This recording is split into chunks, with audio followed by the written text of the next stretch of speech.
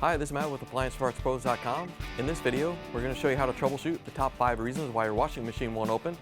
Stick around to the end of the video for an important washer safety tip that most people don't even know about.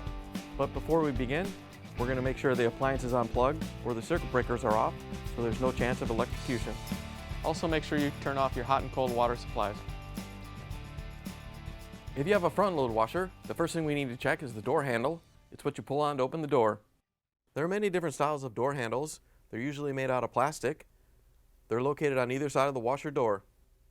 Inspect the handle. If it's damaged or missing, you'll need to replace it. If you need to order a part, simply go to AppliancePartsPros.com and type in your model number. Find your part on the easy-to-read diagrams and match it to the number below. Click on the part if you want to see more pictures of the item or watch its repair video. You can also scroll down to see DIY stories from customers like you, or ask a question in the Q&A section. Once you're ready, you can add the part to your cart. It's that easy. Most orders will arrive within 2 business days.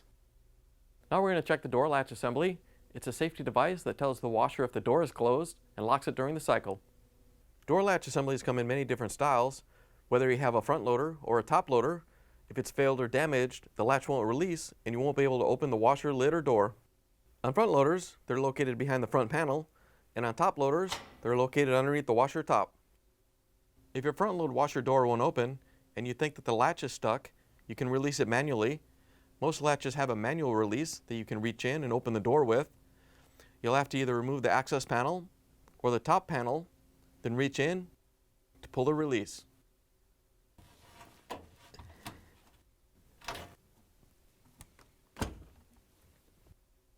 If you have a front loader or a top loader with a control board and it's giving you an error code, but it's not physically jammed up, you'll have to get your tech sheet, find your code, and follow the troubleshooting guide.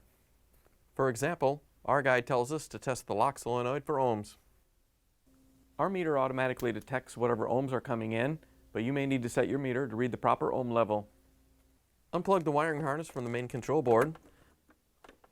According to our wiring diagram, we have to test the white and yellow wires. So put a multimeter probe into each terminal on the harness. Our guide says ours should read between 85 and 155 ohms. If it's not within the range specified on your guide, or if you're not getting a reading at all, then the solenoid is bad and you'll have to replace the assembly. Now we have to look at the door strike. It's what the door latch holds onto to lock the door. Door strikes are usually made out of plastic and come in a few different styles. On top loaders, they're mounted to the lid, and on front loaders, they're attached to the door. If it's damaged, it may get caught in the door latch and the washer door won't open. Visually inspect the strike, and if it's damaged in any way, you should replace it. As always guys, hit those like and subscribe buttons now to help support us making more of these videos. Next we're going to look at the hinge. It's what the door or lid rotates on as it opens and closes. There are several different styles of hinges, but they all do the same thing. They support the door or lid as it opens and closes, but if they're damaged and binding up, the door or lid may not open properly. On front loaders, the hinge is located on the outer edge of the door and can be mounted on either side.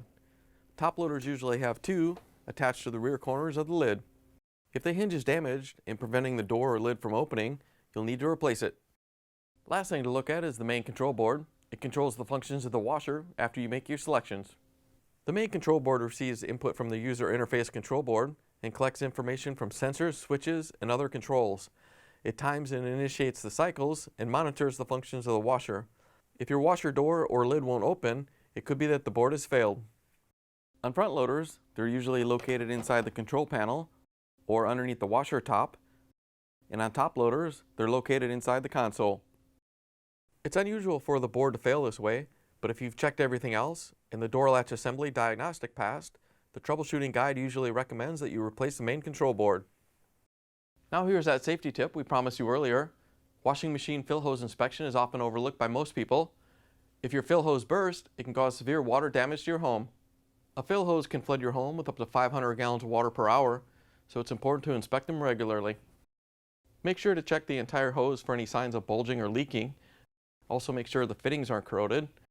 Then shut off the water and look at the washers and screens inside. If they're clogged, you can just clean them out, but if they're rusted or damaged, you'll need to replace them. When you reinstall them or put new ones on, make sure the hose fittings on each end are tight so you don't get any leaks. There are many different types of hoses. The most common ones are rubber or braided stainless steel. Rubber is the most common type of hose, but if you want extra burst protection because of where the washer is installed, it's recommended that you upgrade to the stainless steel type. Some of the newer systems even have an auto shut-off feature that shuts the water off if a leak or change in pressure is detected. Regardless of the hose type or the warranty it has, it's important to check them at least 1 to 2 times a year because they can fail at any time. Once you take care of the problem, you can plug the appliance in, turn the water back on, and take it for a spin. Thanks for joining us for another troubleshooting video brought to you by AppliancePartsPros.com. Remember to hit the like and subscribe buttons now, and if you have any questions or want to share how your repair went, leave a comment down below.